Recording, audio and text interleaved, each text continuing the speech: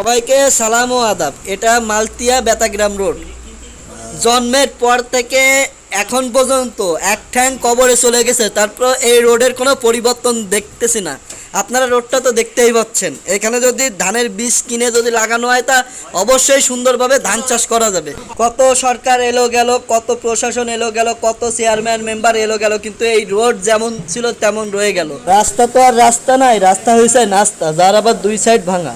ভাবতেছে মাঠে ধান না লাগাই রাস্তার মাঝখানে ধান লাগাবো। যাই হোক, এলাকার উন্নয়ন কর্তৃপক্ষদের দৃষ্টি আকর্ষণ করতেছে, রাস্তাটা সংস্করণের কাজটা কি শুরু করা যায় না?